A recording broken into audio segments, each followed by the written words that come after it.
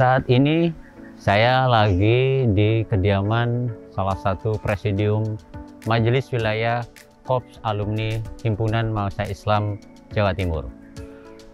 Kami dan HMI sebuah organisasi yang tidak bisa dipisahkan antara satu dengan yang satu, karena satu bagian adalah sama-sama untuk melengkapi.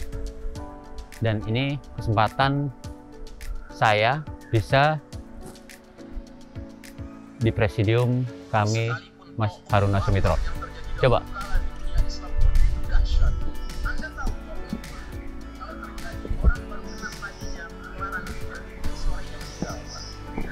Beliaunya lagi nyantai. Waalaikumsalam.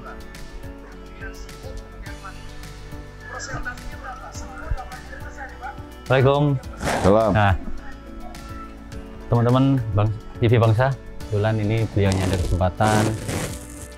Mungkin teman-teman TV Bangsa tidak asing figur beliau. Sehat? Alhamdulillah. Alhamdulillah. Mas Haruna ini juga salah satu tokoh sepak bola di regional juga, di nasional juga. Mas, kira-kira lebih nyantai aku bisa di sini? Boleh, kalau mau ke atas, ke atas. Oh, ke atas ya? Ayo. Ayo. Ke atas yuk. Ini baru pecinta burung juga beliaunya ini. Besar rumahnya, kawan-kawan.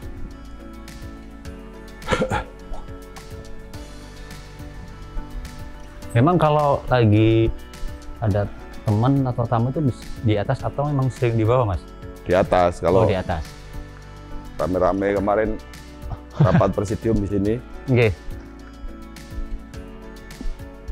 Ini besar teman-teman. Rumah beliau. Makanya beliau sehat. Naiknya tangga. Nggak ada liftnya, Mas.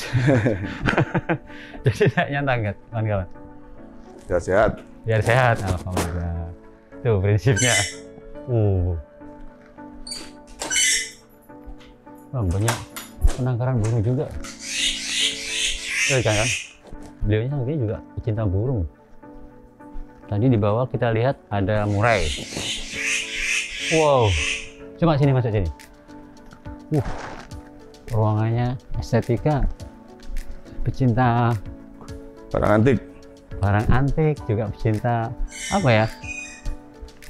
Kuno. Banyak piring-piring. Ini masih ada mesin jahit loh. Yang sekarang ini mungkin sudah langka. Ada telepon.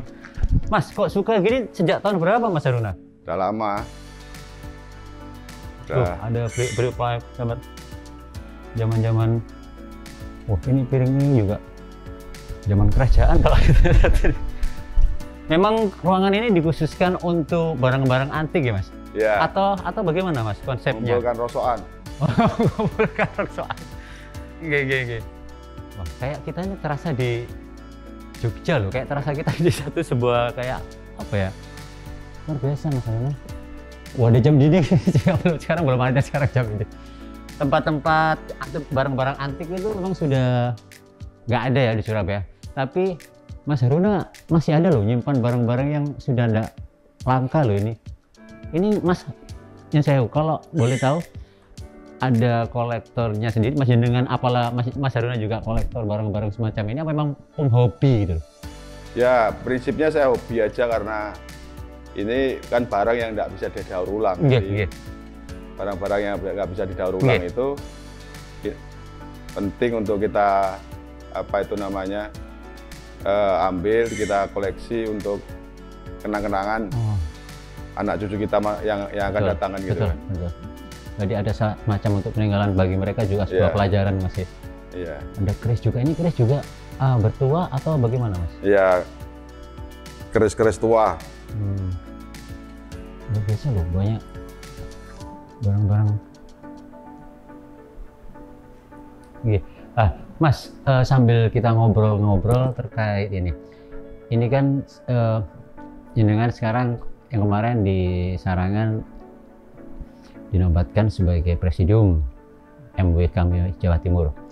Saya melihat kami dan HMI ini kan sudah nggak bisa dipisahkan nih, Mas, antara saling melengkapi di dalamnya. dan untuk menumbuhkan iklim dan melahirkan banyak hal terkait bahwa kami ini juga salah satu organisasi yang besar melahirkan pemikir-pemikir nasional. Kayak ada Mas Nurholis Majid, ada Mas Dawam yang terkenal dengan pemikir nasional. Lah kira-kira Mas, kalau dari sudut pandangan jenengan, perspektif jenengan, Kahmi, HMI, pripun Mas? Ya,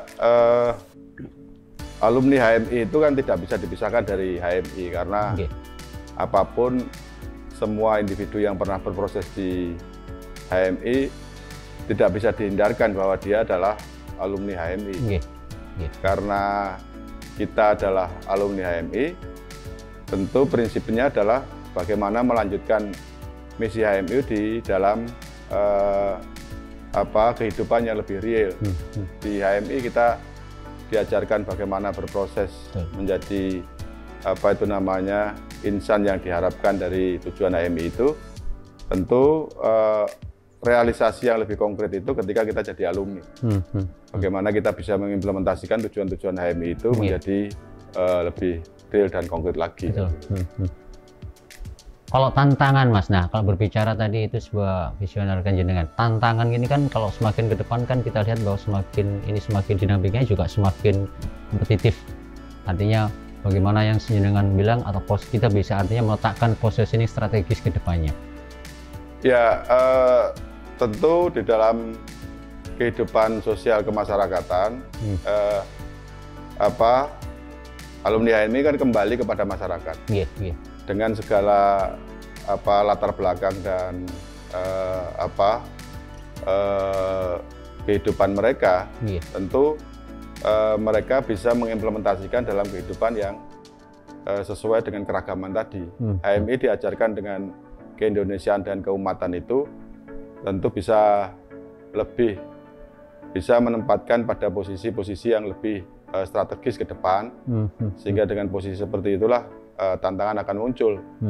Tantangan bagaimana para individu alumni HMI itu bisa berkiprah secara strategis di dalam kehidupan kemasyarakatan itu kan itu. Nah, kalau bicara tentang sosial kemasyarakatan dan sebagainya ini kan Jawa Timur kan sangat multidimensi ya Mas, masyarakatnya, kemudian secara kulturalnya, juga secara politiknya dan sebagainya. Kalau dari jenengan Mas, kira-kira dalam masa priorisasi jenengan ini sebagai Presidium Kahmi untuk saat ini, apa Mas kira-kira harapan yang untuk disalurkan ke pengurus teman-teman ini? Ya, tentu dengan keragaman latar belakang sosial politik yang ada di individu masing-masing alumni itu, mereka harus betul-betul bisa menyesuaikan dengan kultur masing-masing, sehingga tidak bisa kemudian mereka menjadi hidup dengan kehidupan yang penuh dengan sektarian, yang lebih kepada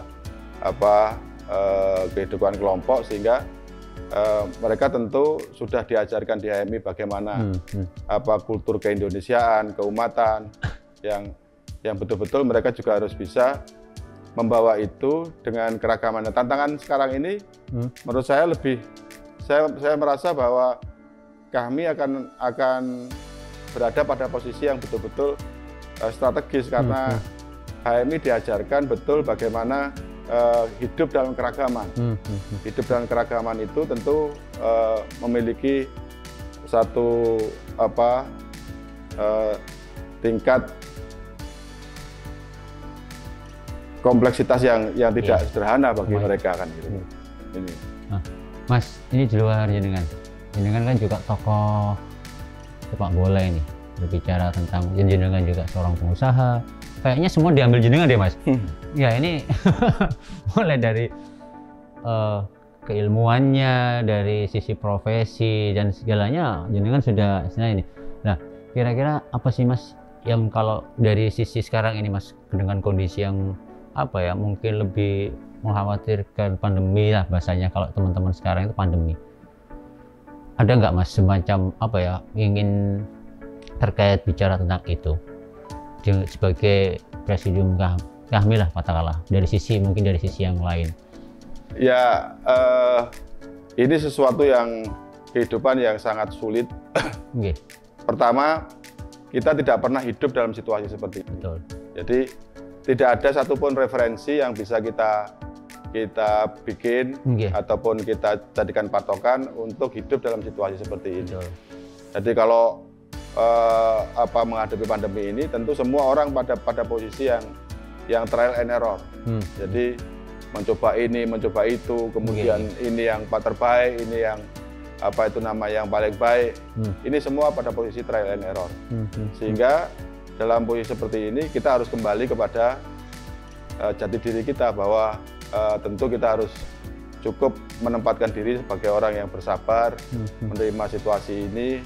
Ini adalah mungkin takdir dari Allah yang harus kita terima dengan sabar, dan perintah agama jelas bahwa ketika kita menghadapi masalah, kita harus sabar dan kita harus betul-betul tawakal, serahkan diri kepada Allah yang maha dari segalanya itu. Amin, amin. Oke. Jadi itu aja Mas, mungkin sambil nanti ngobrol, sambil kita, saya juga terima kasih banyak ini dikasih kesempatan. Karena dengan beliau susah loh waktunya, karena susahnya bukan karena beliau enggak, karena memang banyak kegiatan. Tidak hanya di Surabaya, luar Surabaya, luar Jawa juga banyak kegiatan. Jadi ini kesempatan bagi TV Bangsa, Harian Bangsa. Makasih waktunya Mas, saya dikasih kesempatan kita ngobrol nyantai, walaupun ya dengan masa kayak gini, dengan masa pandemi kayak gini, ya tetap apapun ya seperti jenengan bilang, tetap harus sabar. Ini sebagai ujian, bagaimana tergantung dari diri kita untuk mulainya. Gitu. Itu aja teman-teman Bangsa TV. Saya akhiri. Assalamualaikum warahmatullahi wabarakatuh.